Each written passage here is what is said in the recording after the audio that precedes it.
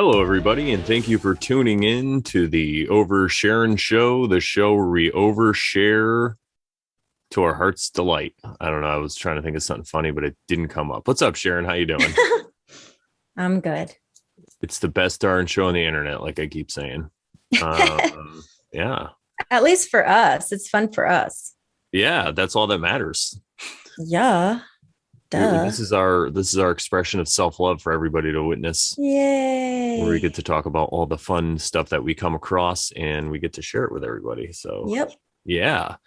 And today I have a quote from the I Ching, which was written by Confucius, which I just realized when I went to look up this quote. I didn't know that.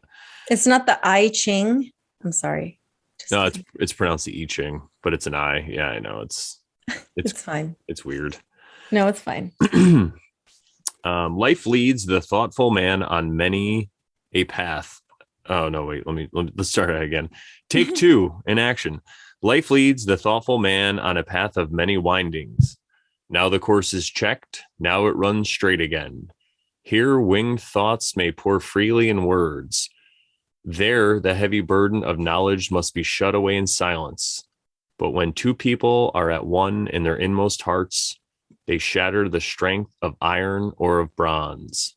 And when two people understand each other in their inmost hearts, their words are sweet and strong, like the fragrance of orchids.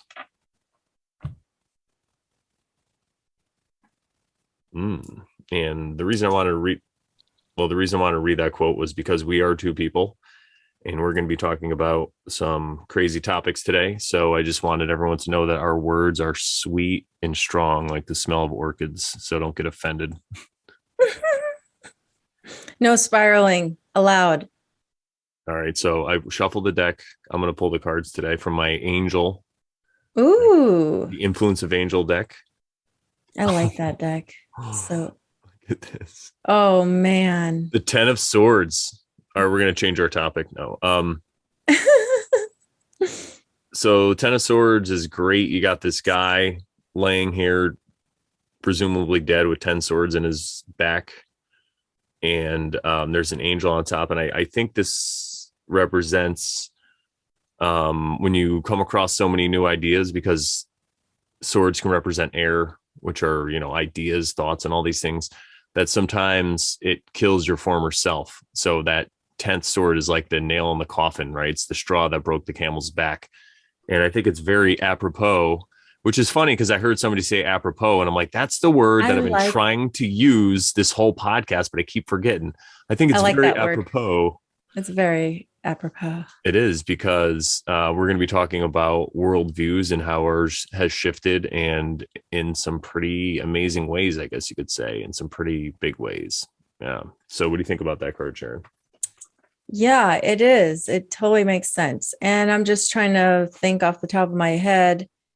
Nines are ending of a cycle, but in like most people think of the 10 as the end of that cycle, because it's going to go around back to the 1 or to the 0, I guess, the full card.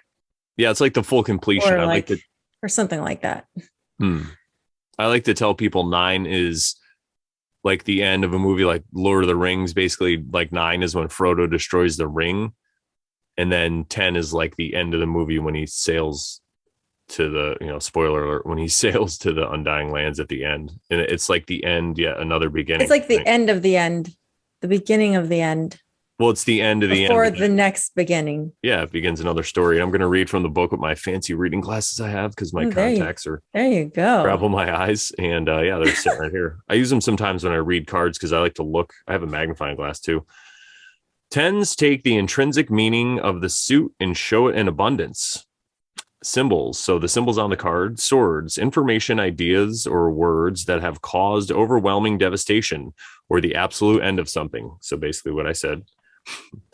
The man, a situation that has no life left in it and cannot be revived. As a victim, the man also illustrates suffering, a mental blow, and becoming incapacitated by it. The sky, the dawn is about to break. It symbolizes the ability or necessity to move on. The direct meaning, the end of a situation, line, or inquiry, hitting a brick wall, or argument. No more can be said, done, or investigated. Any more would be overkill. It's played out. It can't go any further. This is like perfect for what we're going to be talking about today. Oh my God. Acknowledge an ending, absorb the information, and move on, receiving terrible, grievous news and becoming devastated by it. There's nowhere to go but up. The shadow meaning, things have changed and it will never be the same as it was before. Yikes. Angelic message, you can greatly harm yourself with negative or self-sabotaging thoughts, and the harm is often worse than an attack by someone else. So remember that, everybody. Good stuff.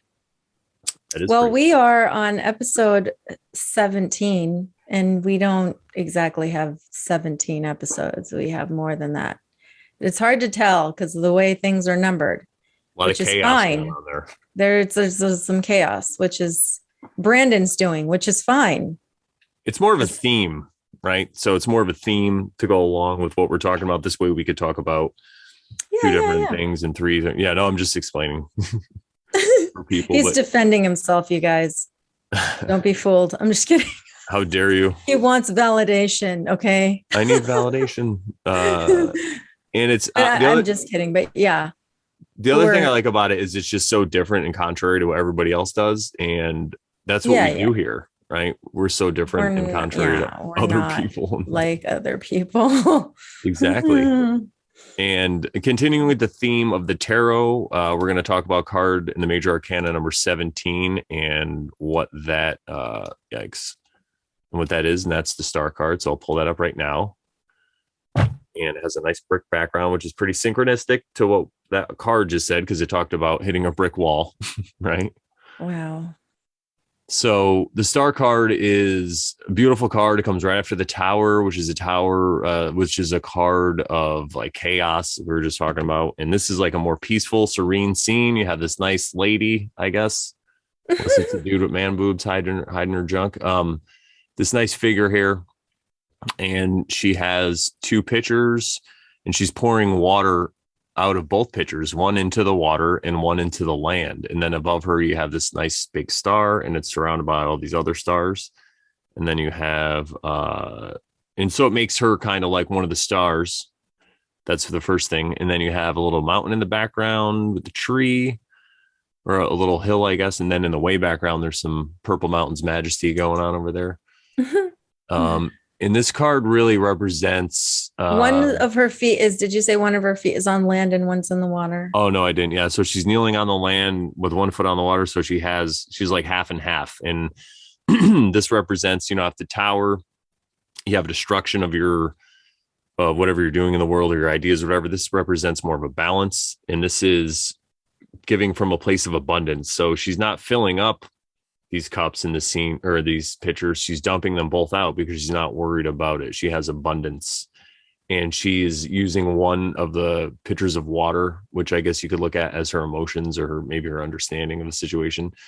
She's using it to pour on the land, and the other one she's giving back to the water. So that kind of represents giving back to what you have, to the knowledge, to the world, however you want to look at it. And I also like how her foot is kind of standing on the water, like walking on water. It's not in it, so she rose above it. Rose above the emotions, because water's emotion. Yeah, and she's using it more as a stable foundation now instead of getting caught in the waves. So, that's what I see with this card. Yeah. And there's 7 little stars. One big star, so it gives you 8. So you get the call back to the 8 because 1 plus 7 is 17, but it's also 8, or 17, 1 plus 7 equals 8. Yeah. So it talks about it's about the cycles and infinity, and it's always going on. So yeah. Good stuff. Yeah. All right. So that's that card. Now let me pull up my notes. What do you think about the card, Sharon? Well, I don't remember much about the star card, but I was just looking at it like you were and just noticing the different things in it, the stars and the way she's standing on the water, 1 foot on the water, 1 foot on the land, pouring water from both jugs on the water and the land, Yeah. Nice cup. I was pouring, as you said, pouring. Pouring. What a synchronicity that is, huh? Synchronicities, which we'll be talking about today. Yeah. That's the first thing we're going to talk about is synchronicities. And if you're not familiar with what a synchronicity is, then you probably don't watch this show. But if it's your first time watching or if you're just confused, synchronicity is, most people would call them coincidences. It's kind of when something happens that seems to be out of the ordinary. But it's just like something that's apropos to the situation. And way to use the word of the day. Yeah, that's my word of my life. The other day I was in a meeting with wedding clients and I wanted to think of that word apropos and I'd use another one, but now I'm going to be like apropos. This is apropos. It's Apra Edgar Allan Poe. And that's a pun. So one of the ways that a lot of people experience synchronicities are with numbers. You know, we'll see like 11, 11, 11. You'll see 22, 9/11, 33s, 44s, places, you know. Or even 222, 333, 444.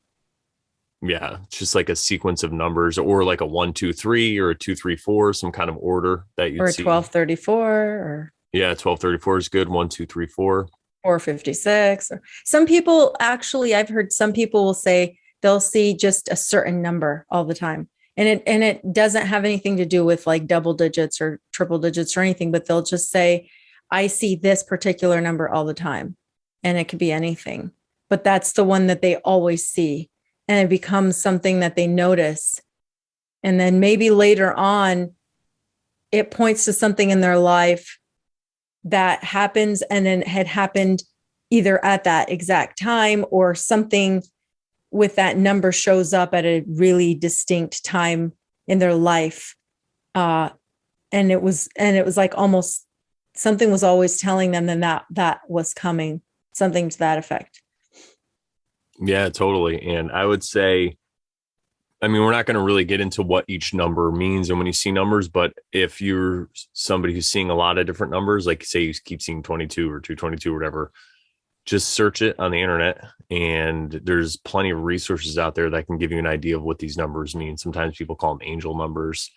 Sometimes they're a way for your subconscious or your higher self to communicate with you. Sometimes it's just a sign, spirit guides or angels, or your angels communicating with you as well. Mm-hmm. And sometimes it's a nod to let you know you're on the right path. Yeah, keep going. Think. Exactly. Sorry, we say sync a lot because we just when we say sync, we're talking about synchronicity. So now everybody knows we're letting them in on our inside joke if they don't already know. We're talking about dirty dishes in the sink. That would be a funny name for like a podcast, like Dirty Dishes in the Sink, but spell it like synchronicity. Yeah. So I personally, it's what's interesting for me is you mentioned the numbers, right? So sometime around the time that my late boyfriend Andres passed away last year, that's around the time that I started seeing the numbers.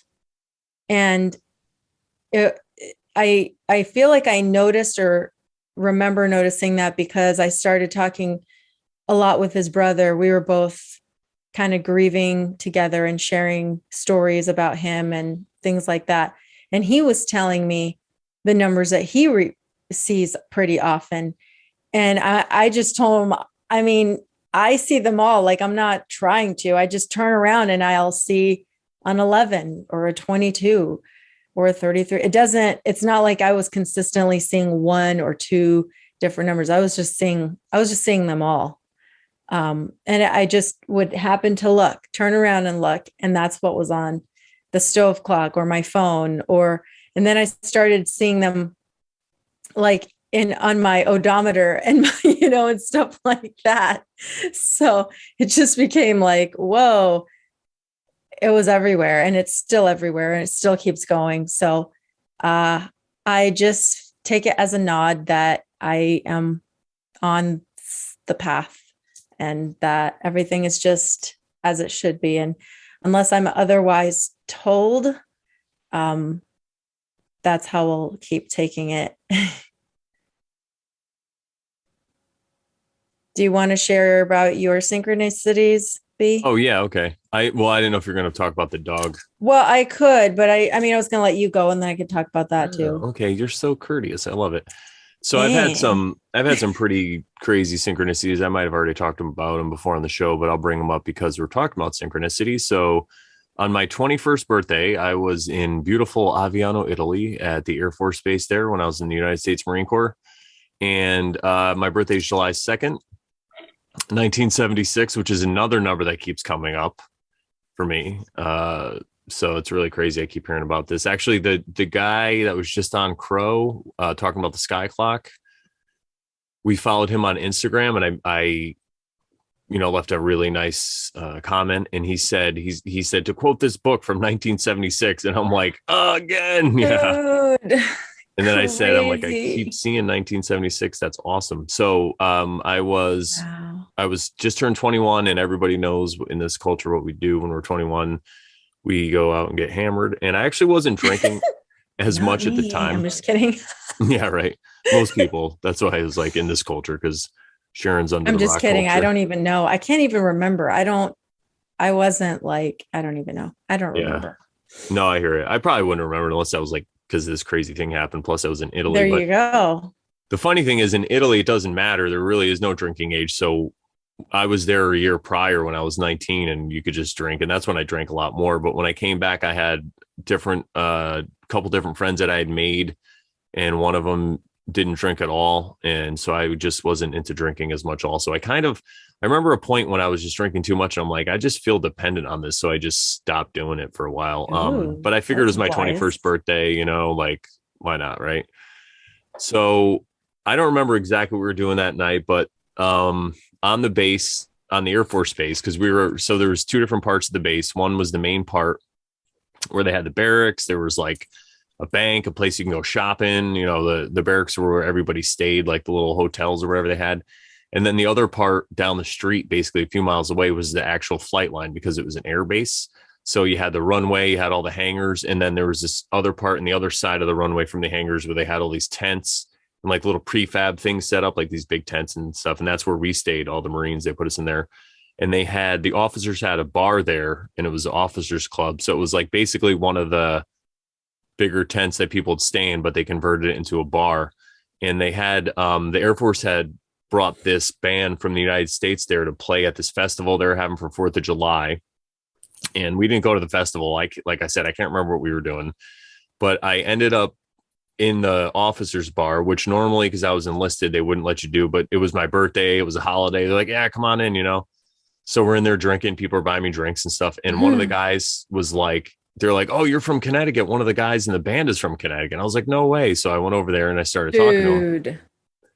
And I'm like, oh, I'm from Milford. He's like, no way, I'm from Stratford, which is one town over from me. I mean, I can almost see it from where I live. I'm very close to it. Small freaking world. Yeah. And I don't know what made me say it. I was just trying to, build common ground. I was just trying, and I'm like, oh, that's cool. My uncle's always, my uncle's a musician. He's always been in bands, and, he used to be in this band that played in Stratford. And I was like, he's like, what's your uncle's name? And I'm like, Brian Kane. I guess I could say his name, whatever. And, and the guy like turned white as a ghost, and he's like, oh my God, you're little Brandon. Oh my God. Yeah. He's like, you didn't recognize him either?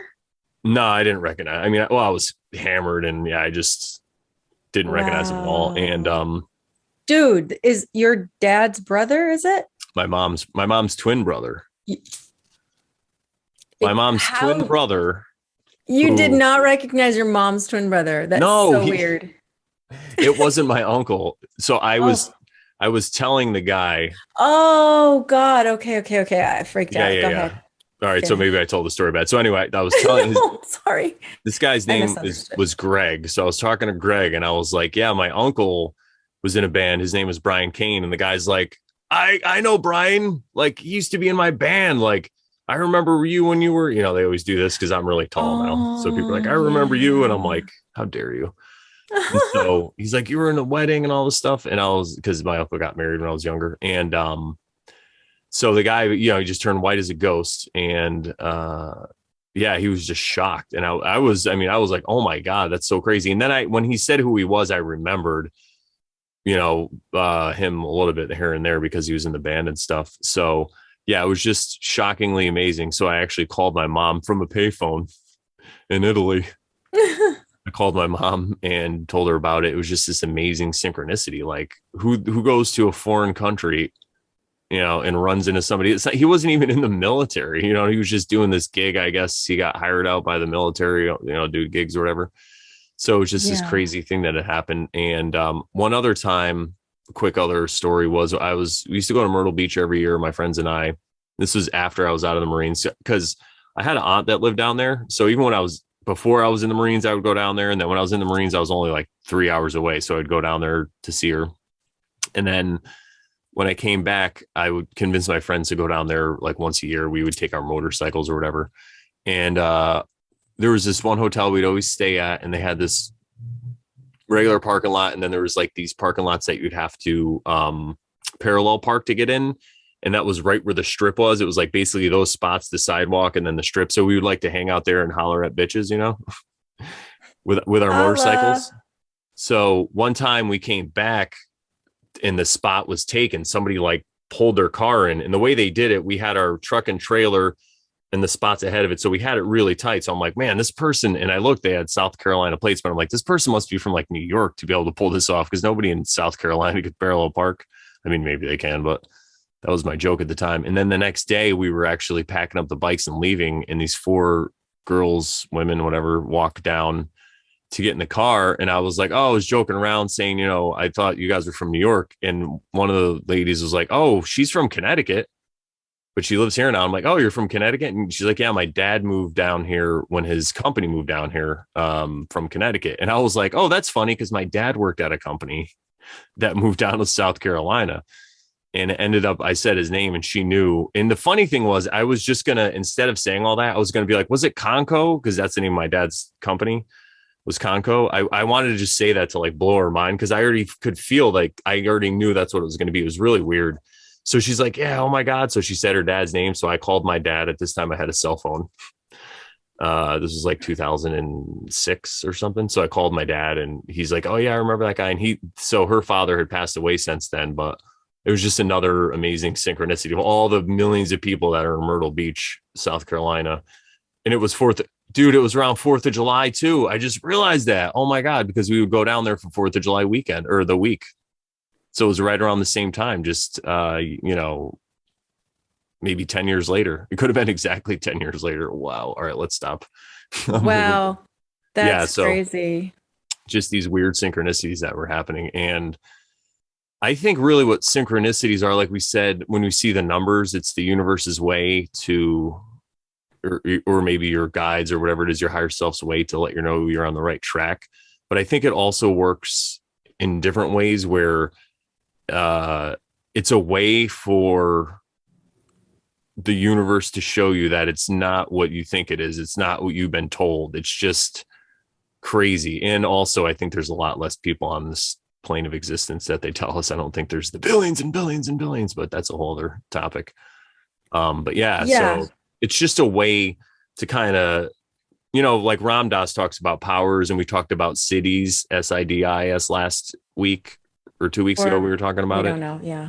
We were talking about it recently, and it's a way that, you can use these powers for good or evil or whatever, but I think it's also a way that you can use it to kind of snap somebody out of a spell, out of a, because I was in the spell where I was just going around trying to womanize and all this stuff, whatever. So it's a way for the universe to say, hey, this isn't material. There's something else going on here. Wake up, wake up. You really think this is a coincidence, So that's what I really believe synchronicities are. I mean, there's a lot of different reasons for them, but that's one of the main reasons, I think, in that situation particularly. Yeah, I definitely think that they can be like wake up type of events. Like if you it's almost like when something keeps happening to you, and it reminds me of that's another kind of a synchronicity, but what I posted in one of the chats earlier, which was like it looks like it's a circle and it looks like it just keeps going. But if you turn it, it's actually like a spiral that spirals down or, or up. And it's like, it's like how you look at things. Right. So, it all about perspective. Very important. right. So anyway, so go ahead. So the other story that the other story that was kind of a sync recently that just happened. And we've talked about these kinds of things before, but we've talked about them in the sense of like when we talked about that there aren't as many people as we've been told that there are on this realm, because we talked about it in the topic of like what a small world we live in. But yeah, something that happened to me when I was in an airport, and I was at London Heathrow on business, and I was just done with being by myself and having to haul all my things to the bathroom just to, it's like I couldn't leave them with someone while I went to the restroom. Now I was sitting there in the waiting area, and I just thought to myself, gosh darn it, I just wish I had somebody that I could leave these things with while I went to the restroom. And then in the distance, I see a coworker. I mean, and it was a really big company that I worked for. And I just knew a lot of people in the company because I was very social and friendly and stuff. And I networked a lot, but we weren't even in the same department. We weren't on the same business trip. We weren't on the same, like, I didn't know why he was on business. I was on business going to a different country. And yeah, it was just really funny. And when I saw him, I was like, oh my gosh. Yes. It was so crazy. But anyway, I also want to mention something really interesting that that's kind of relates to like intuition and like syncs, because sometimes I think they're tied. What do you think, Brandon? Like intuition and your synchronicities can be tied, I think. Yeah, I think so for sure, because we talk about synchronicities could be a way for your higher self to communicate with you, and that could be, because we think we don't always know exactly what time it is, but is it possible that part of us knows exactly what time it is? So it'll just say, look at the clock or whatever. You just look at the clock, and it's because it's your intuition telling you to look, and you look and it's 1:11 or whatever. So I think that's one way it's tied together. And also that way that I was just going to say the name of the company of my dad's company, was just going to say the name of it because intuitionally I felt it, like I knew it. And it's possible that I remember seeing her at a family picnic, and her face was in there, and I already knew it, but I just was too busy in this material realm, wrapped up with everything else, worried about getting the bikes packed up because we have to get back at this time. And there's like 6 of us, and I'm always the one, for some reason, I'm always the glue that holds everyone together, because just because we were dudes hanging out doesn't mean like they weren't acting like, because some guys, get pissy about this and that. And so I always have to be the one to come in and be like, oh, hey guys, like, let's chill the fuck out, like. So anyway, I had my brain in all these other places, so part of me was like, no, hang on. Yeah. So I think you're right. It definitely is tied together. You would be, you big old Gandalf wizard. Yeah, that's me. That's Brandolph the Gray. Yeah, it's like, hello guys. Yeah, so there were a couple of things. Actually, let me circle back to what I was saying earlier when I was talking about that thing about the perspective of spiraling down, and when it looks like it's a circle, but then if you turn it on its side, it looks like a spiral coming down. I was going to say that when we encounter the same thing in our lives, like whether it's the same personality that triggers us, or back when we were talking about narcissism, the same kind of person that where maybe our energy is still allowing into our field because we haven't healed that. It's almost like it's like a wake up call. And so these numbers, for example, can be kind of like that, where it's like you keep coming back and seeing stuff like that. So seeing the numbers can be, used in different ways. Right. But, so what I was going to say, I'm popping the stack and going back to what I was going to talk about before that. was that this past weekend, I was hanging out with my family, and they decided to pull out. Actually, it was kind of my idea because I was sick and tired of watching the television. I was kind of like, can we play a game instead? And my sister's like, yeah, that's a great idea. So she's like, kids, turn the TV off. And I was like, yes. And they're like, and the dad, like their kid's dad, I mean, my sister's husband was like, yeah, guys, you guys can play this game too. And they're like, what are we going to play? And it was this game called Quirkle. I think that's what it's called. I forgot to look it up, but it's basically a dice game. And basically, to me, it was almost like you use your intuition to play this game, but it's kind of like going to Vegas type thing and rolling the dice. It's like, so you can, when you play, you throw the dice, and whatever lands, there's like some things that you can roll that get you good points and things like that. But here's the thing, if you roll a really good hand, let's say, and all the dice fall in such a way that they're all viable and they all count toward the points, then you can roll again. But the thing is, if you roll where you make nothing by the time you, like, let's say 2 of the die you roll are good die, and you take the other 4 and you roll again and say nothing comes from those, then you lose everything. Oh, okay. Like you, for that round, like it doesn't matter how many times you did well, you lose everything. So you have to, it's like you use your intuition to say, like, I mean, I'm just thinking out loud, you use your intuition, but most people are like, it's like being in Vegas. Like, you like, how many goes are you going to go before you're like, you know what, I won't take the risk. Yeah. Should I cut my losses here and just take yeah, the dice? Yep. Mm-hmm. Yeah. So, I just thought that was a kind of an interesting sync to me, because it was, I don't know, the whole thought about intuition and stuff. But anyway. Well, I remember you were telling me, because the kids would be more willing to risk things, right? Yes. And they were profiting from that risk, and maybe they were trusting their intuition a lot more. Yes. They were more easy to trust their intuition than the adults were. And the adults would just like either be like too gun shy, or sometimes they would go overboard and be like, no, I'm going to go again. And then they would lose it all. So whereas the kids would sometimes more likely to be like, no, I'm going to give it one more go. And they go, and then they freaking win like crazy.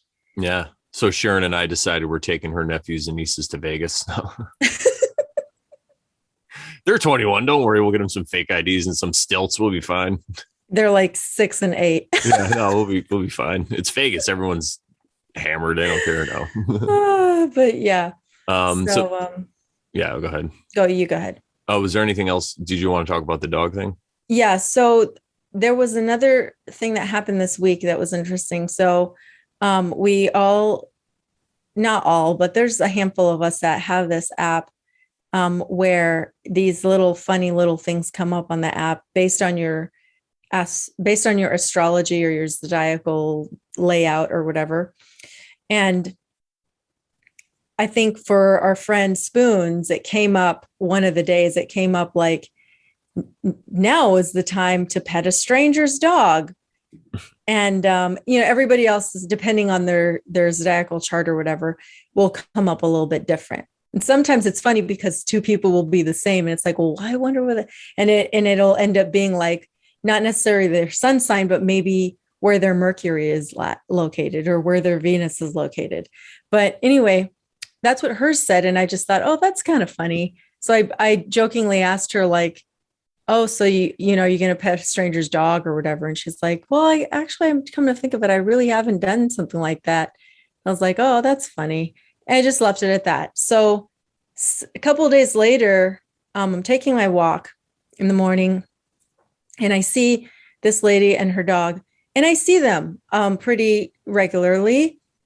And they just pass by, like her and the dog will just pass.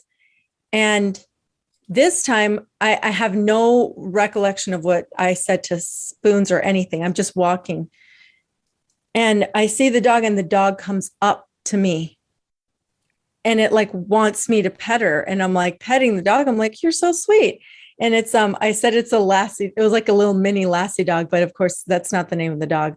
It was a collie, as I think Brandon told, or Spoons told me.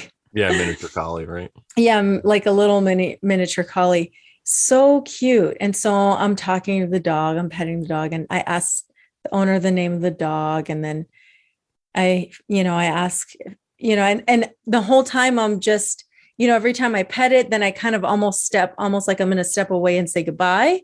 And the dog won't leave. It's just like, it just like stands even closer to me. So I keep petting her and talking to her. And then I find out she's a her because I didn't know. And then finally, she's okay to go. Like she just needed for however long to stand next to me and me pet her and me talk to her, and that's it. And she walked. So then they were okay to go. Funny thing, I'll just skip over to today for now. I saw them today too. And she briefly like looked like she was going to come toward me. And she kind of like came toward me, kind of maybe briefly paused and then just kept going. Like she didn't even stop. So that was interesting. That one time she just did that.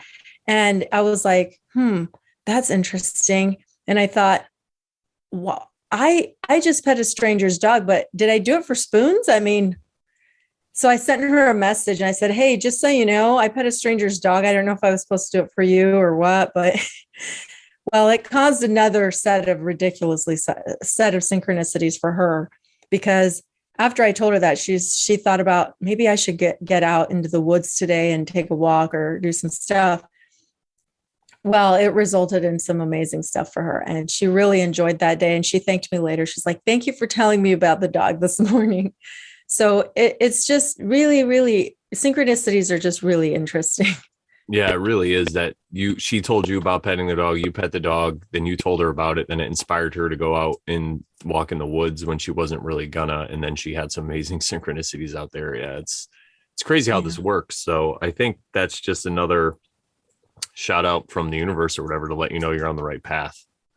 That's kind of how we help each other. We help each other spiral up instead of sharing all this fair porn, truth or judgment porn stuff and spiraling down. We're actually spiraling up, and it's okay to spiral down and to judge and do all these things. But I think when we gain this spiritual understanding, it can't be taken away from us. So every time you do work in the spiritual sense, in the self-help or the self-work sense, the shadow work, all that stuff, you just kind of level up, and then you're at that level. Doesn't mean you can't dip down, but you still have that knowing. So you're at just another level of it. And you could, when you said things circle back around earlier, when they circle back around, now you can look at it in a different way and work with it. And it's like a puzzle. And then once you see that about life, you could start to remember that. And if you start to remember it all the time, you can work with it in that way. And then it becomes joy. Instead of learning your lessons through suffering, you could start to learn them through joy, no matter what happens to you. Something that our dear Fortune would say. Yeah, Fortune Saint Germain on Crrow, episode 404. Go check it out. There's a bunch of episodes, but yeah. All right. But yeah. So but having said all that, the stuff that we're going to talk about today, we're going to start with talking about aggregation of information. Yeah. We look at we look at ourselves as aggregators of information. And this is something I heard Mark Passio say when I first got into listening to him. I think it was in his natural law seminar that he did at Yale, Connecticut. He talked about that, how he views himself as an aggregator of information. And what we mean by that is we're not specialists in any means. Like sometimes we'll find a subject and go deep and hard into it, but we're not people that will actually just find one topic and devote our whole life into it. We rely on other trusted sources of information of people we know and stuff that really resonates with us, stuff that we trust, and it just makes sense. And because of that, and I think because of the way our brains work, we could just grab all this information, then it's always there if we need to access it. And then sometimes we start to make patterns and put it together, and then we record the show. Right. And the thing that thinking about what you just said, to me, it's like, and you've said this about me before too, is that I like to look at something logically. So I take what like all these people say, and then I think about it logically and then I draw my conclusions from that. And I tend to not pick a side in the sense of I'm not polarized about, at least I try not to be, about a side. Because again, we get into these topics of the double cross. We get into like, well, if you're fighting about this, if you're arguing about this and you're going so hard about this one side, you're just doing exactly what they want you to do. And even if there is no they, but you're just doing what I would say you have two wolves inside you. You're just doing what one of the wolves is telling you to do, right? The devil on your shoulder versus the angel on your shoulder. You're just doing that, and it's not going to really lead anywhere. It's not going to help to be so polarized about something. If something is, it is, and truth doesn't need any defense, because if it is true, it'll be true, and it'll be obvious, and it'll come out if it needs to come out, but like, so anyway, logic, that's what I try to do. And I thought there was something else, but I can't remember. So for more on this, just go back to episode 11 and 11:11. We talk a lot about division, and that's really our main focus, is to bring people together and to not divide people. So a lot of times you talk about these subjects that could divide people, but our main message is that we should, at the end of the day, love each other and understand each other, because that's really how we beat is to work together and discuss these ideas, right? And people, we've had influences, like I said, Mark Passio, Crrow 777, Owen Benjamin, Michael Tessarion, our friend Joe P. Shout out to Joe P. Shout out. We're going to be talking about some stuff he threw our way. And other people that we're not remembering at the moment, but yeah. Yeah, like James True and all these people, they don't even agree with each other. Like Mark Passio really likes Michael Tessarion, but I think I heard that Michael Tessarion isn't a big fan of Mark Passio because like misunderstandings. But all that doesn't matter, because we don't try to get on one team. We're not about teams, or we're not about idolizing people. We're just about trying to figure out the truth and having a discussion, right? Absolutely. And so the thing that I remembered about this is that I look at it, you were talking about, we don't go really too deep or too hard on one topic to just get really, really focused, because honestly, I like to look at things in the big bird's eye, big picture view. And I've always been that way. But I see it like, think about like a functional medicine way, in a functional medicine perspective, like doctors who study functional medicine, they're looking at the whole body, the body as a whole. And what is the body as a whole telling you about where is the dis-ease, right? It's not, because if you go to a foot specialist, he's just going to give you foot stuff. He doesn't realize that when you look at ancient Chinese medicine, that foot is connected to the hip bone. You know what I'm saying? It's all connected. So what if that foot issue is coming from your freaking ear? Like, you don't know. Like, what if that ear issue is coming from your freaking kidney? You don't know. So in Chinese medicine, they at least have studied and practiced this for many, many years. So there is evidence to show that, yes, these things are all connected. So again, that's just an example or an analogy for how I think about these things, which is like any topic that you want to bring out and you want to polarize it.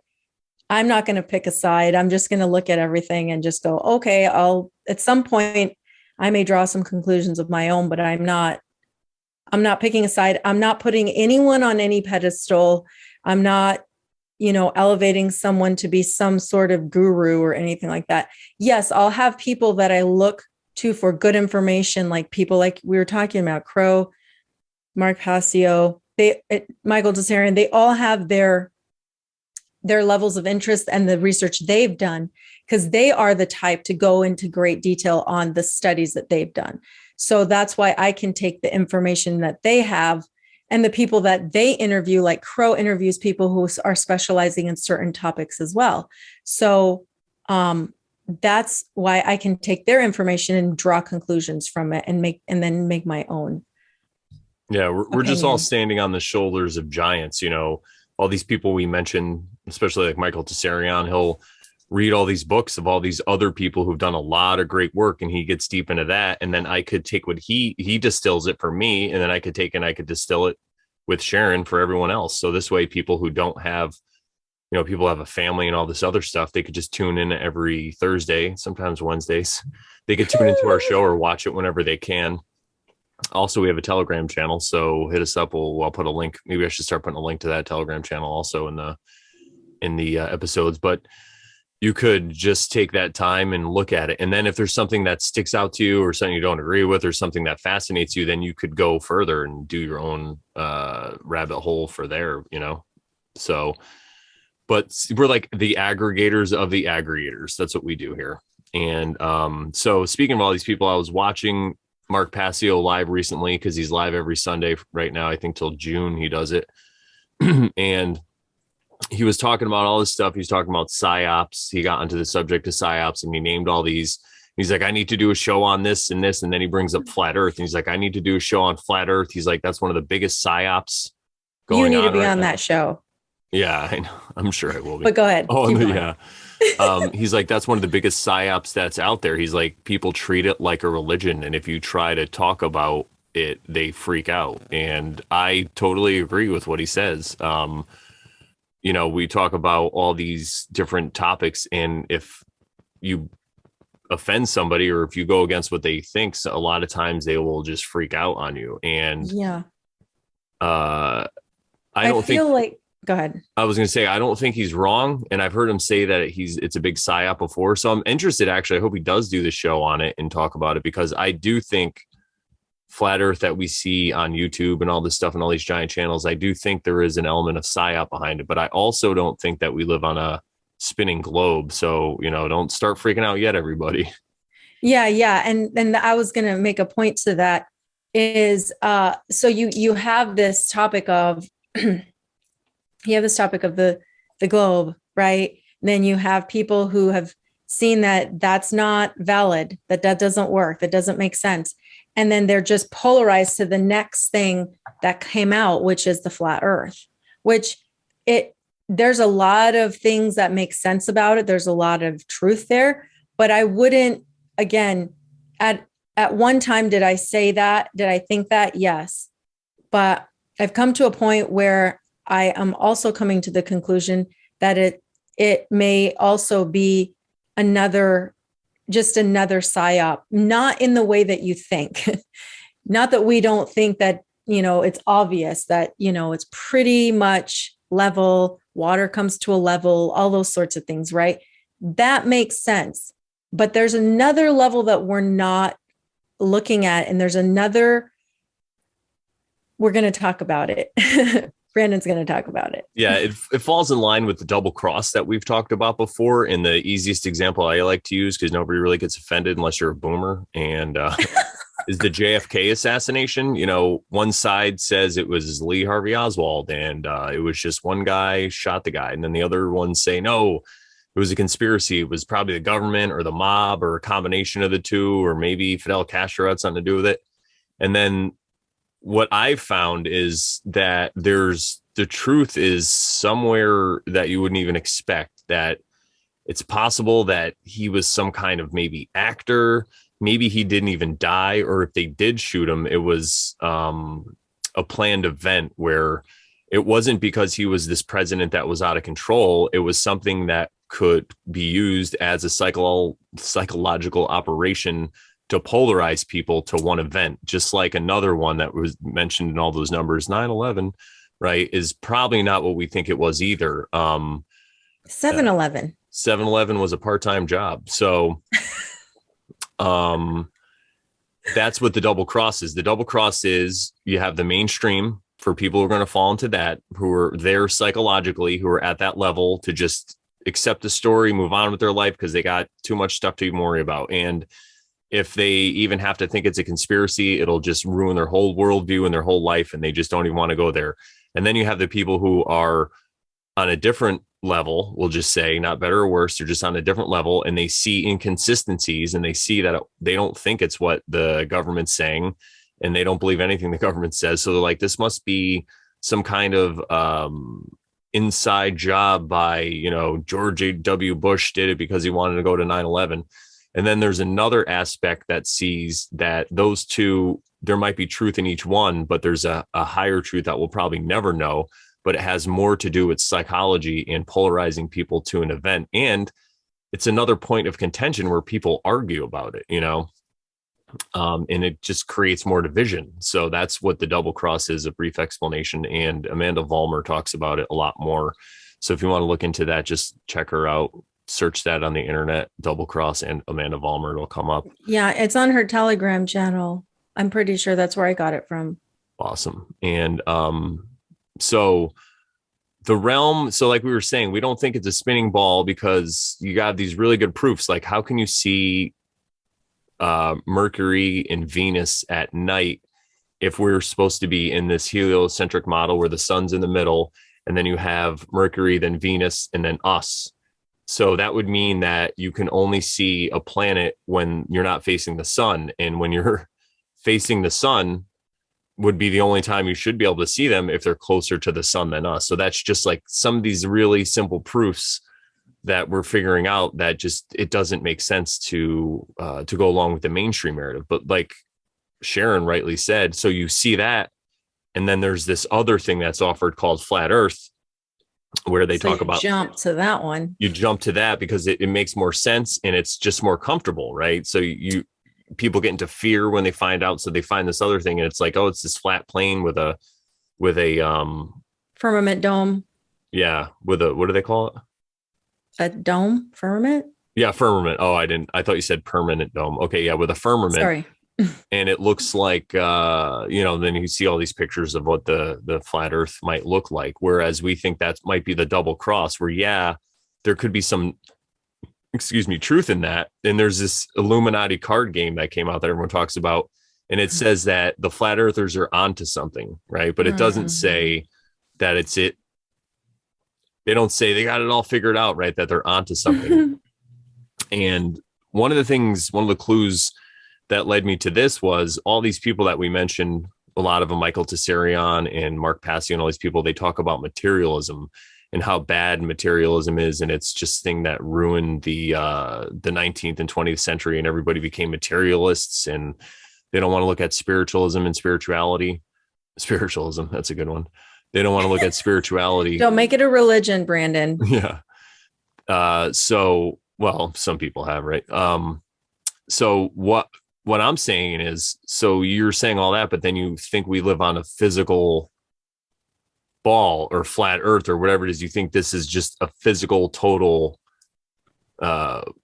place that we exist, right? Where, as I think, it's more of at least half and half, because I figure if this reality, I've come to the conclusion that it's at least half physical and half spiritual in some way, right? Maybe I'm wrong exactly how I'm explaining it, but that's the best way that I could find to describe it or to express it at this time. So it's people like talk about simulation theory. And this is a theory where we exist like in a computer program. And I could see how people could fall into that line of thinking, because it does make some sense at a certain point where it's not what we've been told, right? And it's not a round ball, but we're in this computer simulation. But I think that might be also another clue to what it is, because if you think about what a spiritual realm would actually feel or look like, it might be like a computer simulation, but the best way we have to describe it for most people and their best language would be a computer simulation, because that's what they deal with every day. We're using the computer right now. We can get behind that because of the movies like The Matrix that were put out there, like Tron, all these movies. So it's one other thing to kind of grasp on to, but I don't think we're in a simulation either. I mean, it might be some type of simulation, who knows, but I don't think the simulation theory thing nails it either. But I just wanted to use that as some context of what we think it is. Yeah. And just going back a little bit to something you said earlier about like people end up religionizing stuff. I'm just making that word up right now, by the way. But I kind of did this when I learned about flat Earth. And the reason I did was I saw a video about a guy who had become a believer, a Christian, because he saw that the flat earth was written in scripture. So when I saw that, I was like, okay, that makes sense to me, because when I was young and I wanted to read the Bible, I stopped at in the beginning, God created the heavens and the earth was without form and void. And I was like, I don't know how to even picture that in my mind with the theory that was going on then, the ball earth. I was trying to imagine like a ball that was without form and void. And I'm just like, okay, scratch that. I guess I'm not reading the Bible, because I can't even get past the first freaking second sentence. And I never read it. So when I saw this, and then I was like, oh, it's like, and reading the Bible and seeing all the scriptures that, showed that it was level and it was not moving and all these other things. I was like, okay, that makes sense. So that makes Christianity valid. So then I became like a very, I almost religionized flat earth. Right. And I've only recently, and like ridiculously recently, been thinking about how this realm is different than what even though I can see what I see, right? But I think there's more to it than just what flat earthers say. And yeah, I don't like to call myself anything. And so I don't even want to call myself a flat earther. Yeah, it's just another label. It's just another way to be divided from another person's perspective when you label yourself. And you nailed it. No form, right? There's no form. What is form? Form is a physical thing. Dude, without form and void, now it's starting to make even way more sense. Yeah. And even because that doesn't even help describe the flat earth. Well, without form and void. A flat earth model that a lot of people show is a form, right? Yeah. Without form and void that sounds spiritual now. The more I think about it. Boom. I'm glad you brought that up. That wasn't even in the notes, people. No, it wasn't. I'm like, we're coming to this conclusion like right now.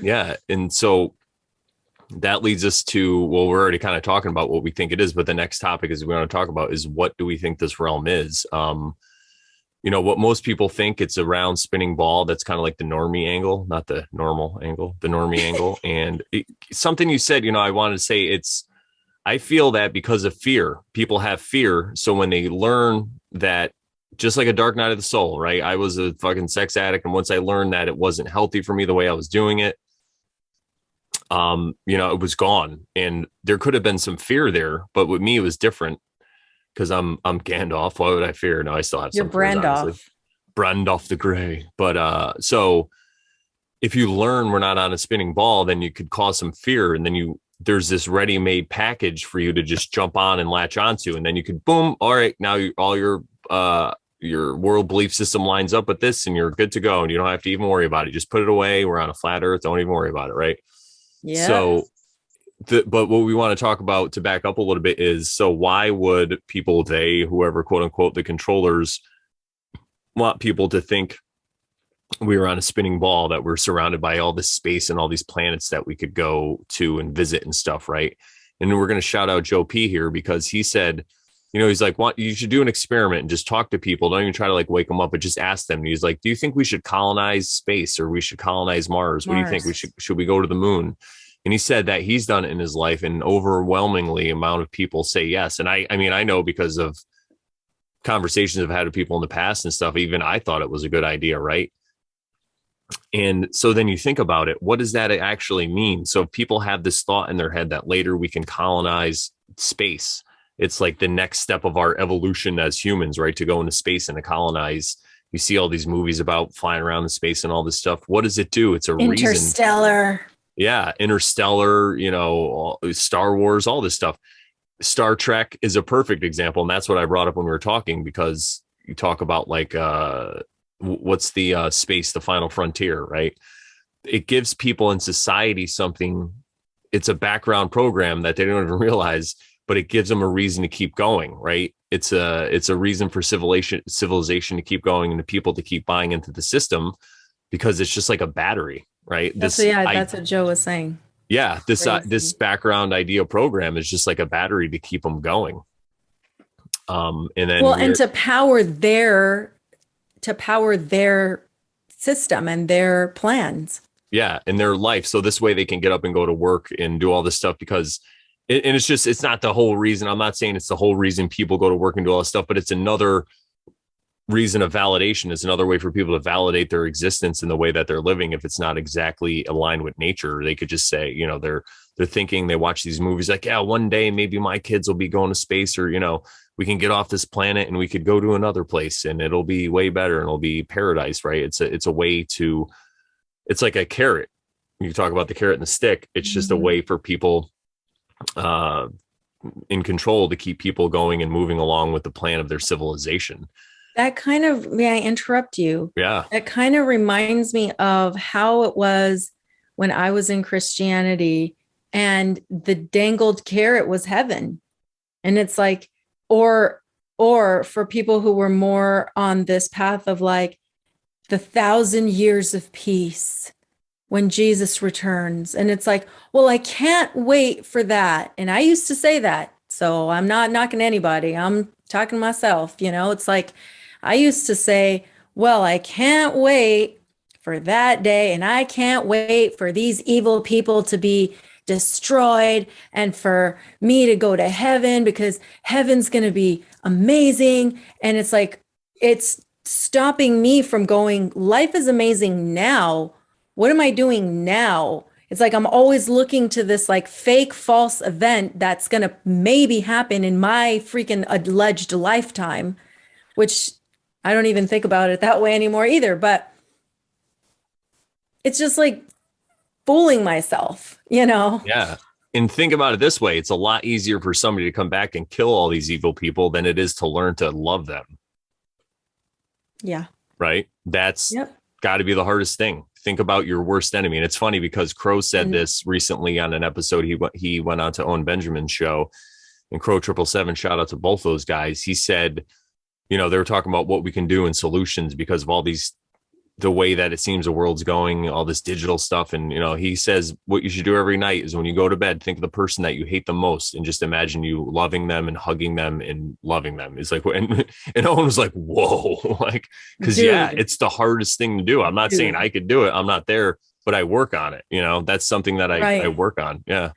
That's a total sync because I have recently been like in my meditations, attempting to do that and sending these alleged controllers or whoever these people are. I'm just trying to send them good vibes so that they can come to a realization. Maybe they can have some wake up moment and heal their wounds so that they can recognize what they're doing and maybe turn their lives around. And, but yeah, I've been trying to do that. That's not quite like hugging them, but yeah, well, it's a start. I want change for them. Yeah. I want them to turn around.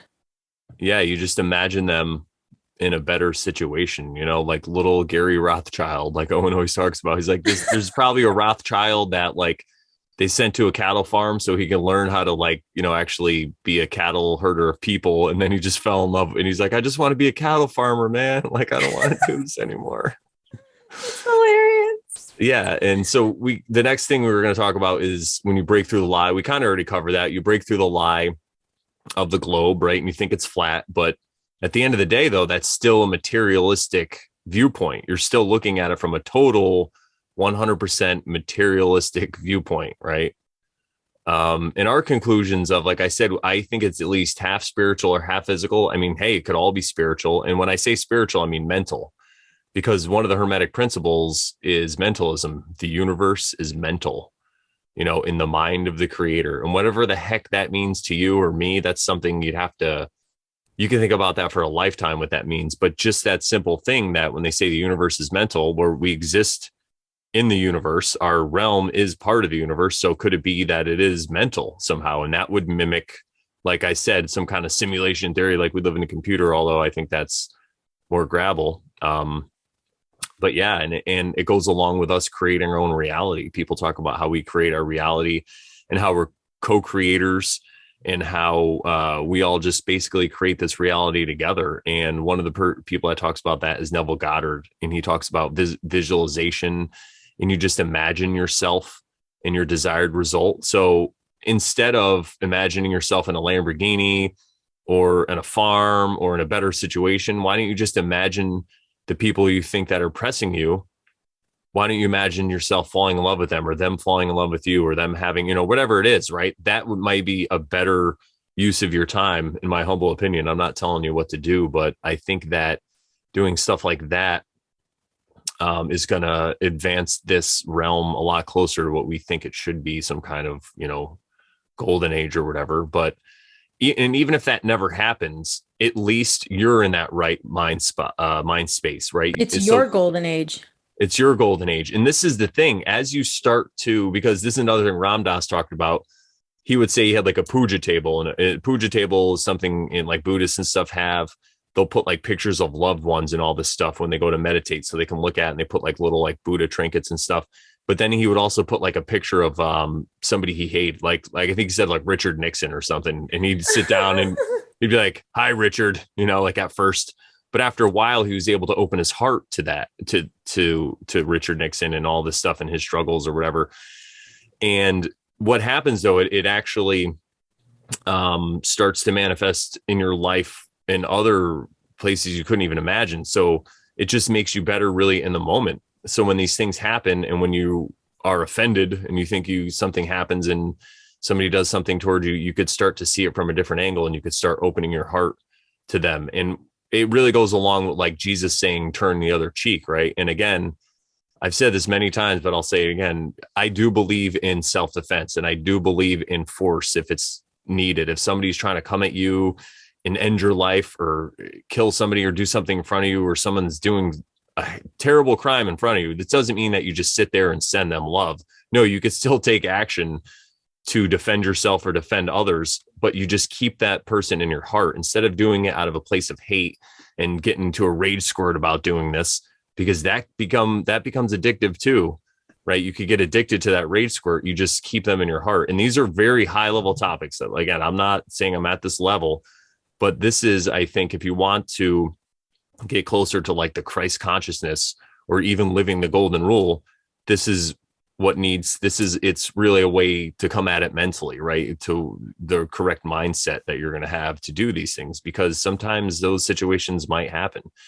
But I feel like with the visualization stuff, and if you're not in that mind space, you're not going to create the egregore for it to happen. Or maybe it's just your fate for it to happen, because you're an able-bodied person who could stop something, bad from happening. And who knows? Again, I'm not making judgments, but that's really, I believe, what it's all about, is that the mind space and the head space you're in. And this is just one way to exercise it. So every night, if you go to bed and you think of your worst enemy or somebody you hate the most, if you think about loving them, you're exercising that muscle of compassion. And at first it's going to be silly and stupid and you can laugh about it. But after a while, it's just like working out. When you first start, you're going to be weak and you might be overweight or whatever. But if you stay at it, eventually you're going to get into shape and you're going to be toned and you're going to be where you want to be and more healthy overall. But this is just a way to exercise a mental muscle. Yeah. Something you said about turn the other cheek. I remember Fortune saying something recently about that. It must have been episode 404, where he basically said what you said, but more succinctly. And he said that's not what Jesus was trying to say. Basically, he was like not condoning you turning and letting someone slap you. But the reason I brought it up though, really quickly, is because you don't understand how your compassion is going to affect somebody else. Compassion could be a weapon. So if somebody does something to you, they're going to expect you to react in a certain way. And when you don't, it could totally blow their mind. You have no idea. It's going to weigh on their conscience too. So like I said, if it's not a situation where your life's in danger and all this stuff, but if somebody wrongs you in some way, say they rip you off, they're supposed to pay you money and they don't, instead of hating them, if you just send a message, be like, all right, have a nice life, or, whatever. You just do it in a way that's not sarcastic, but it's from a place of true compassion. You don't know what that's going to do to them. That's going to eat on them because they're expecting you to hate them, and when you don't, when you show them love, that could really mess with somebody. You don't know what the repercussions of that act could save the world. You have no idea, you know? Yeah.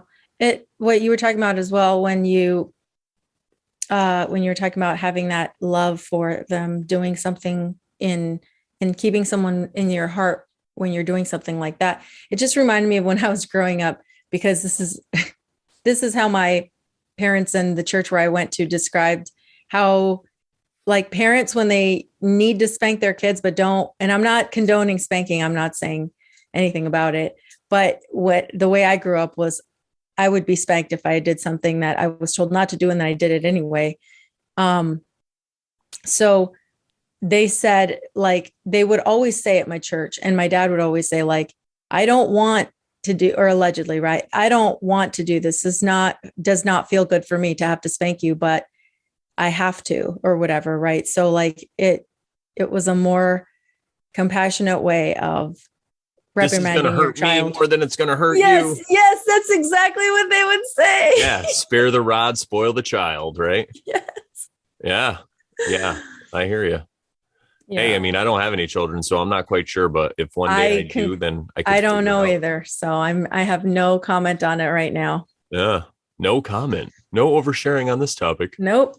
So what else do we think this world could be? Well, we're talking about mentalism, and it's mental, and the topic of holograms came up. So it could be like a holographic universe. And the things I've heard about that recently are, this was David R. Hawkins. Dr. David R. Hawkins was talking about telegrams, about holograms. And if you split up a hologram, think of Princess Leia, right? Obi-Wan, you were my only. So if you split a hologram, it's not like you don't split Princess Leia, that little hologram of her talking to Obi-Wan out of R2-D2. You're not splitting in half. You don't see her arm and her head. Or just her arm. Or yeah, when you split a hologram, it just creates other holograms, smaller holograms, maybe just less resolution, or however you want to say it. But it's the same. So everybody has the same picture of this hologram that's going on. It's just split. And that's how I think people can live in a different reality, but they're still interacting with us, right? Like you take, people choose to see in the hologram what they want to see, and other people see other parts of the hologram, whatever they're ready to see, whatever level that they're at. And a great example we can use is people living in different realities is look at all this madness that happened in 2020. I would go to the store and I was living in a totally different reality than most people in that store, because you could see my smiling face, right? And Sharon as well. And I would go to the store at least once a week, and people, the way they viewed me and the situation, and I could just see the fear in their eyes. And not even if they weren't afraid of me, I could just see the fear of them being out there because they were afraid of these invisible contagions that they thought were going to get them sick. But I'm somebody who did a bunch of research, talked to some doctors. I didn't go super deep into it, but I aggregated this information from people who I thought were making sense in what they were saying and pointing to stuff in the past and history. And it just made a lot more sense. And I thought about my past situations and dealing with illness, we'll say. And I wasn't afraid. And I think I talked about this before. The first time I went out, I was a little afraid because I wasn't exactly sure. I hadn't learned about terrain theory and all this stuff at first. And I thought maybe it could be like a biological weapon or whatever. And then I said to myself, you know what, self, if going to the grocery store is going to kill you because of this thing you can't even see, then I guess that's the way you're going to die. What are you going to stay in your house? And I just said, all right, if I'm meant to die, I'm meant to die. And then I just went about my daily business, and I'm still here for now, and I think that you didn't focus on it. You didn't put the attention. Focus on that part of the hologram that was going on, like the TV screens that are part of this hologram that you could focus on if you want. And I feel I know it's kind of like a difficult subject for people to kind of to figure out what we're talking about with holograms, but I think that's exactly what people can mean when they say some people are in one reality and some are in another, but we're still in the same plane of existence. The reality is just in our head, right? It's just what we choose to focus on. Mentalism. Yeah.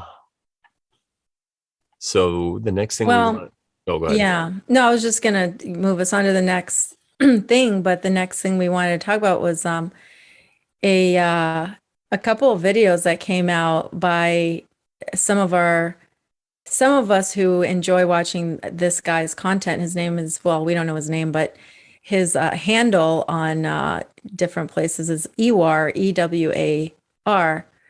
And he's posted a lot of videos where he's done extensive, I would say extensive research, whether it was at the time clouded by some assumptions he made or whatnot. But he came out after a little while of not having released a video, releasing two videos, one that was kind of like an apology or a just kind of a I'm going to try this again without making assumptions type of video. And then another video that was the start of a new series where he wants to explore it in a way that he's not going to be making, he's going to do his best not to be making any assumptions, right?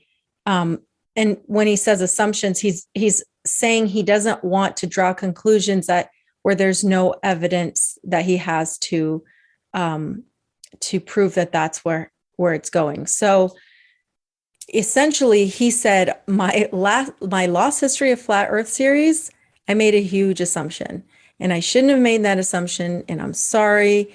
And I feel like he was kind of putting it to the side and saying, like, I don't really trust a lot of the stuff I put in there. I'm not saying that everything, right? But just his main conclusion of the reason he was apologizing were the one world view of all of the things like mud floods and Tartaria and things like that. He was making the assumption, like everyone else was, that it was a one world thing.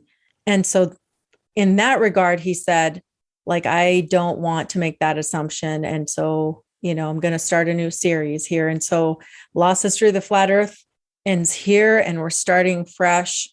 And but yeah, anyway, Brandon, take it away. Well, so if you're not familiar with exactly what we're talking about, there's this idea of a civilization called Tartaria that was worldwide, and people will credit them with making all these giant buildings, these cathedrals. You see that if you think about it, like they had horse and buggy technology, right? How did they make all this great stuff like the Great Wall of China or like the Taj Mahal and all this stuff? And so people will say that they think there's this one worldwide empire called Tartaria that basically built everything, and they had this lost technology, and that at some point something happened and there was a mud flood that had come in worldwide that ruined everything, because there's a lot of evidence you could see where there's buildings that are maybe either half buried and this is all over the world. Like you could go anywhere where there's a big city where you live, you can go and check out some of these buildings where the windows are like right at ground level and like the doors are a lot taller than they should be, but everything just doesn't quite add up right. Like, why would they build a window right on the ground, right? So it looks like there's a layer of maybe mud or something. So I'm not saying that I don't think something like that can happen, but big shout out to BerserkerBear, Bushwhacking Buffalo, is his YouTube channel. Go check that out, because he came to this conclusion, and he's the first one to kind of open my eyes to it, where he thinks it's more of a localized thing where something would happen in an area and you have all these buildings and stuff, and people would come in, and maybe it was some kind of mud flood situation that happened in that area, or also maybe it was just re-terraformed. Like people came in and just basically covered over the old stuff. It's like Futurama, where they have old New York and new New York, right? Because it's Futurama set 1,000 years in the future, from the year like 2000. And they have this old New York that's under the new New York, and you could go down there, and that's where all the people who are mutants and stuff live. And it's like all the old buildings and all the old places are there. And so it's kind of more like that idea where people who are controllers or whatever it is, if there's some kind of reset, it's more though it's localized. So people will come in and actually just cover over the old stuff with dirt or whatever, sediment or however they do it. And this helps kind of change people's idea of what history was. So then it could fit better into the history that we're spoon fed. So people just believe it and keep going on with it. And also I wanted to bring up BerserkerBear, because his whole thing is boots on the ground. And this gentleman, EWAR, he had his whole epiphany because he actually went to one of these cathedrals in England and he was looking around at it. And that's what I would suggest to people, instead of sitting on the internet and doing all this stuff, go out and look for yourself. What actually makes more sense, and if it makes more sense for you that there was a worldwide mud flood, then that's what makes more sense. But I would say go to these places, because he came across a book about how they built this cathedral, which he thought was built like a couple hundred years ago or whatever. And it shows people building it. And then he talked to people in the area that had relatives that were part of building, and some old people remember it being built. So it just blew his mind. And, you could try to explain all that away, but I like to go Mandelu. It's the Mandelu. Yeah, there's a lot of convenient ways to explain stuff like that away. But I think that if you're really on a quest for truth, then you have to go where the truth leads you, no matter where it goes. Right. And I saw this recently. Yesterday, I was driving around Connecticut in this one area. There's a lot of farmland and stuff.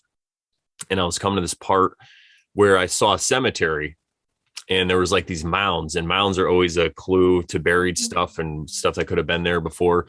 So I looked to the left, and there was a cemetery with two big hills. And then I looked to the right, and there's this building that was all brick, and it was the state police barracks. And it was like some other kind of municipal building or whatever, functional, right? And it was a brick building, but it had the really low windows. And I'm like, aha. And then I didn't even mention this to you. I looked again to the left, and there was a brick library, same thing. It had like a hill in the front, and then around the side it was down. And then right next to it, there was a giant, I think it was a heart, like a sculpture. And under the heart was on the ground, there was what do you call that? What's the thing that AEWAR was talking about? The labyrinth. There was a drawn labyrinth on the ground. And it just blew my mind, because I really feel that this land, and this is something we got from James True, this land, the Americas, I think it was already populated with a civilization. So I'm not trying to say that there wasn't old or lost technology, but I don't think it was the way it was presented in one neat package. I just think that there was some kind of technology that commonly isn't known anymore. But a lot of these buildings also, though, back to BerserkerBear, he shows a lot of information of how you could build this stuff with scaffolding, with manpower. And I think it's like we just don't realize humans are capable of building these great things so easily, because we don't do it in our everyday life because of all the technology and the comfort that we have. But, just imagine that there's no TV or internet or cell phones or anything like that, and you had nothing to do at your time. So you have all these these people with a lot of ingenuity and a lot of grit, and, and aren't afraid to do some hard work. If you get them together, I think that some of these structures could be built. And again, though, to go back, I think maybe there was some technology that was lost for some of these other crazy buildings. But I just wanted to say that. So I don't think that there wasn't some other technology that we have. I just don't think it was a worldwide thing. One worldwide empire that was like the golden age that got wiped out, because that screams a lot to me like victimhood, because then people could say, oh, look what they took from us and we can't do it anymore. Well, did they take it from you, or did you take it from yourself because you wanted to watch TV all day and, not go out and get together and build things? Or maybe because you're falling victim to all this division in the world, and you like the Buffalo Bills and somebody else likes the Giants. So you're like, fuck you, or whatever, right? All this stuff. But what James True was saying was he thinks that this place was already populated, and it was populated by a civilization that had these means to build these things, and then they were just covered over. It's like someone coming to your house, taking your house, and then just changing it to their name. It's like, it's not Sharon's house anymore. It's what did I say, Martinsville or whatever. And another great point that he brought up was we were taught that the Europeans came here from Europe to colonize, and there was this rivalry going on. You had the French, the Spanish, the English, the Portuguese, all these people, and they were trying to claim this stuff. And I'm not saying that didn't happen, but that's what could have happened. Ostensibly on the surface, it could have seemed like that. But what if somebody at the top was controlling that? And so through all these wars you hear, like the French and Indian War and like the Spanish-American War and all this stuff, what if these people were going out there and they could have thought, I'm doing this for the Spanish, but the people at the top were kind of working together.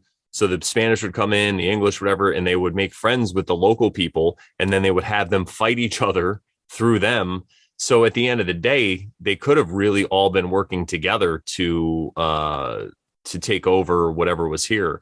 And I'm not, you can't just go in, and if you have a thriving civilization that's living in accordance with natural law and all this stuff, you can't just come in and convince them to do this. So maybe something happened and it was like a fall. Maybe materialism was coming in and North America was just ripe for the picking. So these people knew it. They started sending ships over and they had this war, whatever it was, or all these sets of wars and colonization. And that's how they're able to do it. And then also put a nice little bow on it and then sell that to us as the history. Just like the double cross, right? Going back to that. Yeah. Well, what was interesting about what we were talking about earlier with the AEWAR stuff, when he came out with that, there were a lot of people who were very polarized about what happened, what he released, and they were upset that he had changed his mind or that he had called himself out. And some people thought, oh, he's a shill. He's now doing this. Why did he just drop all of his amazing research and now he's just crapping all over it? That was kind of interesting. I did not expect that. My initial reaction was, wow, what a guy for actually acknowledging his assumptions and saying, you know what, I was looking at this in a totally different way and I want to look at it in a different way now. I am sorry I was leading you guys down that path, but I'm going to take this a different way now. And I don't want to make assumptions anymore. And I just thought that was very brave of him, very wise of him, and very mature of him, because people don't apologize like that. If they are wrong, they won't be so obvious in their apology. I don't know. I just see that as maturity, and I feel like Brandon had the same reaction as I did. Yeah. Once I found out people were opposed to it and kind of spiraling, I actually went back and watched them both again just to see if there's anything I missed. And it really just made sense to me what he was saying. Everything he said made sense. He's like, I talked to the people that were here. He's like, what kind of person would I be if I just discounted all that? And again, there's a pattern that you see, right? Because same thing with anything that happens. People don't want to believe. People want to believe we're on a spinning ball. You present them with information and they just say you're crazy, right? It's the same kind of thing, just like I had with the Dark Night of the Soul. So I saw that and it seemed really sincere to me. Now, maybe he is a shill, right? I don't know, but I'm going to go where what makes sense to me. And I'm going to go down that rabbit hole and that journey with him, because I feel like he was sincere in that. And the fact that he went there, and like I said, I just came across BerserkerBear stuff, and what he was saying made sense. And this basically lined up with what he said. And I know BerserkerBear is a good dude. I love watching his videos. He goes to places. He just did a video where he went to this place right outside of Buffalo where it looks like there was an old water tower, and he like climbed over railroad tracks, and he's like in the woods, and he found the old foundation of it where there's like new cement on top of it. And there's these, because there's this picture from the 1800s that looked like it was roads, but he's like, what if there were water canals? Because I guess the water that goes over the Niagara Falls, it used to be lower at one point. And he's like, well, what if they're using all that water? That's why the water was lower. Like, he had logical explanations, and he's looking at old books and he's talking to people. So it's stuff like that I was just like, yeah, it just lines up. So that's kind of how I was able to go along with it. And again, I don't identify with it. I guess it's not part of my identity, because I don't know. I wasn't there in the past. All I know is I have to work on myself and make myself better for people around me. And all this stuff, the history of Flat Earth, the AEWAR, all his in BerserkerBear and all that stuff, for me, I look at that as like really good. It's kind of like entertainment for me. It's really good. It's really nice to know. I'd like to know where I came from and what it was. I love it. I'll watch it all day. But at the end of the day, and again, this isn't to discount their work, because I think they're doing great work, but that's their specialty. And we're just aggregating the information, right? But at the end of the day, I don't identify with it. And I don't, it's not part of my identity, I guess you could say. I'm not like, I'm a mud flood Tartarian person. That's me. Like you said, I'm a flat earther. Now we're like, even Owen Benjamin will be like, I'm not a flat earther. I'm a realm earther. He's been saying that for a while. Yeah. And I'm like, yeah, me too. I don't know what this is, so I don't want to make claims, right? Exactly. I didn't go there. I don't know. So yeah. Yeah. Just on a side note, earlier I looked up and it was 2:22. Oh, that's awesome. That's so funny. Yeah. Well, the last But thing we wanted to talk about was a lot of these topics when you start getting into them, any hot button topic that you start talking about, you can get a lot of people who will freak out online. You get all these comments, all these negative comments of people freaking out. And it's possible that a lot of these people who are spiraling or whatever, they might not even be real people, right?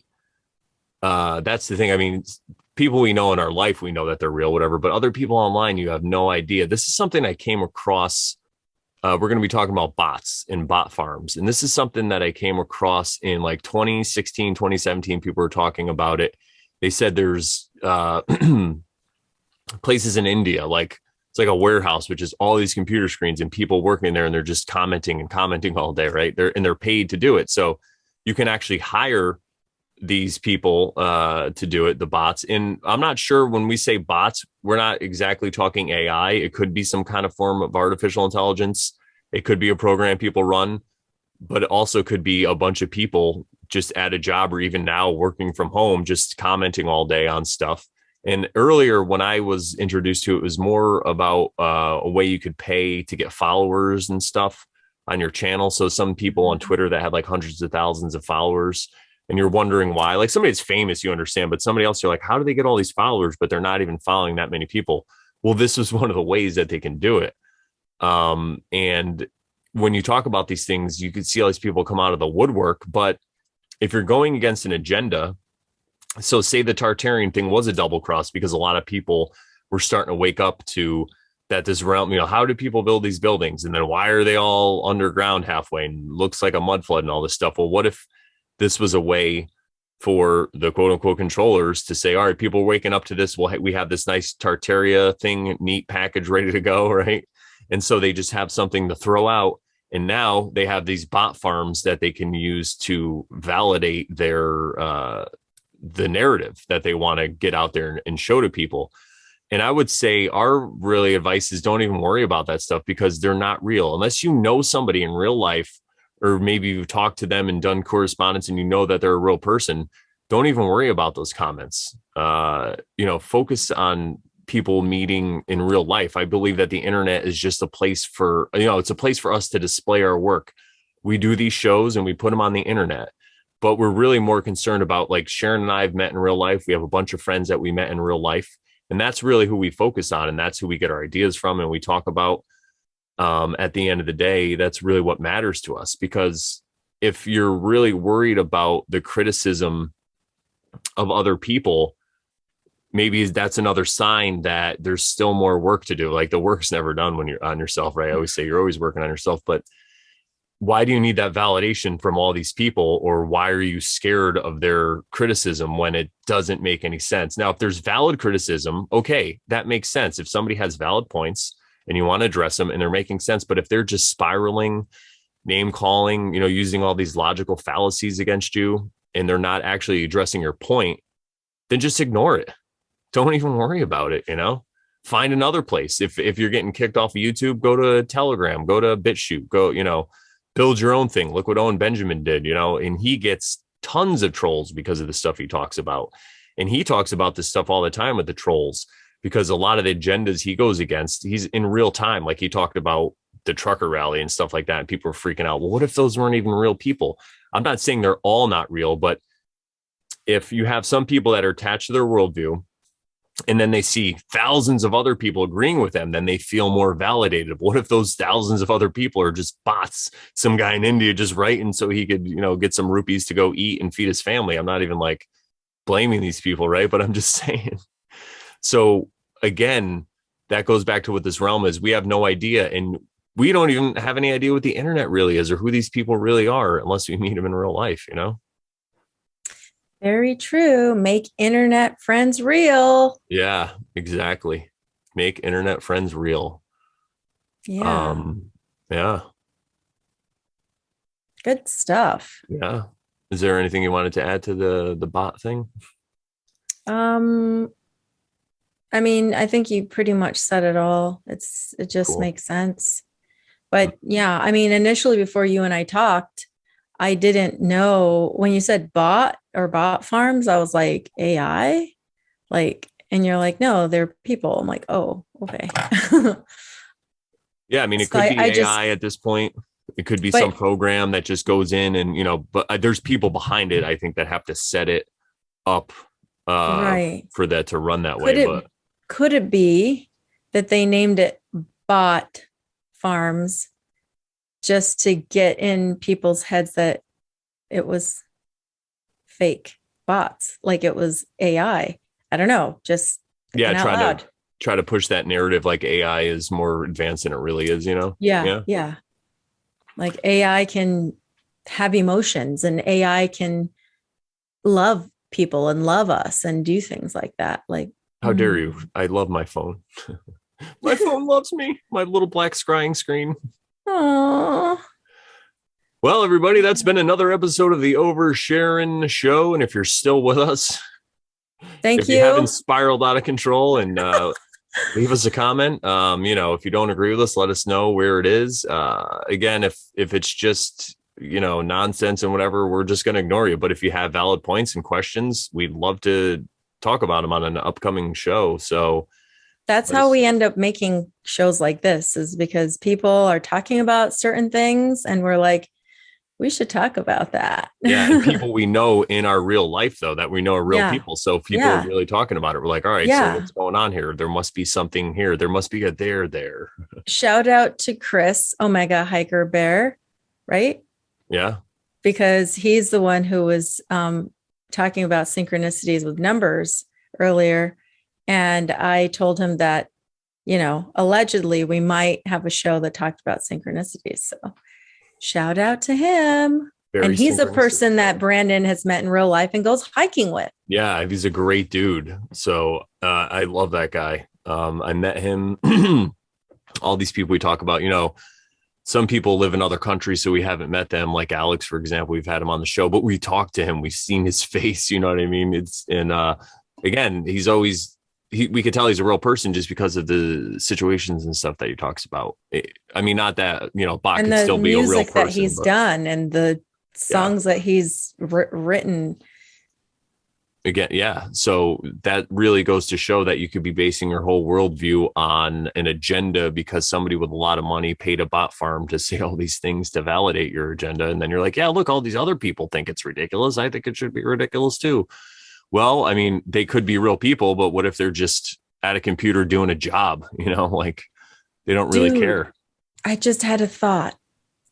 Okay. You know how, like you were saying, like these people that have all these followers, right? These famous people and people who like somehow like have like millions of followers or whatever, who knows, right?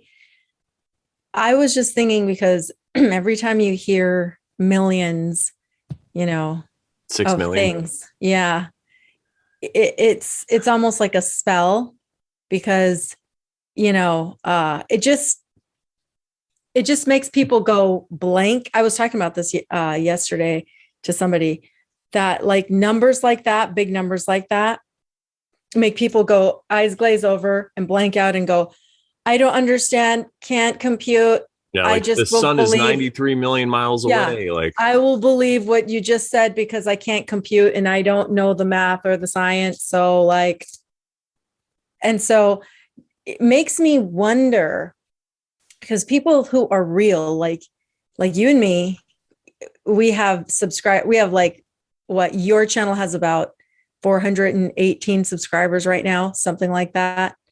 And I haven't looked at OliveTreeBear's channel, but he probably has, below the 1,000, you know what I mean? Right now at this moment, I don't know, maybe he does. I haven't looked, but even if it is 1,000, it's 1,000, but it's not 6 million, dare I say. So what I'm thinking, what if they're using that whole mind spell and all these like famous people and all this stuff are just liked by bots? Yeah, I think it's possible. Even really super famous people, they could have, maybe they have 1 million followers, but they'll say 10 million, Right. Yeah. Yeah. It's think about it. It's a Hollywood agenda. There's agenda. There's a lot of money there. Yeah. I think you're onto something. I just thought of it right now, Yeah. like because I was saying it yesterday about the when you start hearing the six, your eyes glaze over, you know, you're like, okay, I'll believe it. Okay, got it. Even And most Owen, people, when Owen Benjamin left Hollywood, he was doing stuff with people like Steven Crowder and all these people. They still have a lot of money behind them. So a lot of the followers that he had then could have been bots. And now he's down to, you know, I think he said he has like 20,000 people on Bertaria Times. I would say Bertaria Times is a great place to go and look. There might be some bots there. I'm sure some people might infiltrate it, but most of the people on there are just posting about awesome stuff with no agenda. They're like, look at my family. Look what I'm growing. Look at my garden. Look at this hilarious meme, you know? So yeah, I would give a shout out to Owen Benjamin. Check out Bertaria Times. Check out my website, morelawsmoreproblems.com. I got blogs, I got memes. There's ways to support us on there, you know, but again, the best way to support us is to watch the show. We usually do it every Thursday night. sometimes Wednesdays, sometimes other Wednesdays. days. And if you want to stay in close contact with us, hit us up. We'll put you in our Telegram channel, the Over Sharon After Hours Telegram channel, where we share funny memes, really good quotes, stories about our lives. Everybody shares in there, overshares. It's a really great place. So hit us up and let us know if you want to check that out. And yeah, that's and don't worry about the outside world. You could still like be in the world, not of it, right? You could still use YouTube and all these other things, but it doesn't mean you have to get your identity from it, right? You don't have to. It's just another source of information, and information, too much of it could be overwhelming. Like 6 million things could overwhelm you, right? Dare we say. Dare we say. All right, everybody. Well, this has been another lovely episode of the Over Sharon Show, if I do say so myself. Thank you to the chat. Shout out to you guys. That's what I was saying. The best way to support us, leave comments, come to the chat every time we premiere this, hang out and talk. We always get a lot of cool people in there.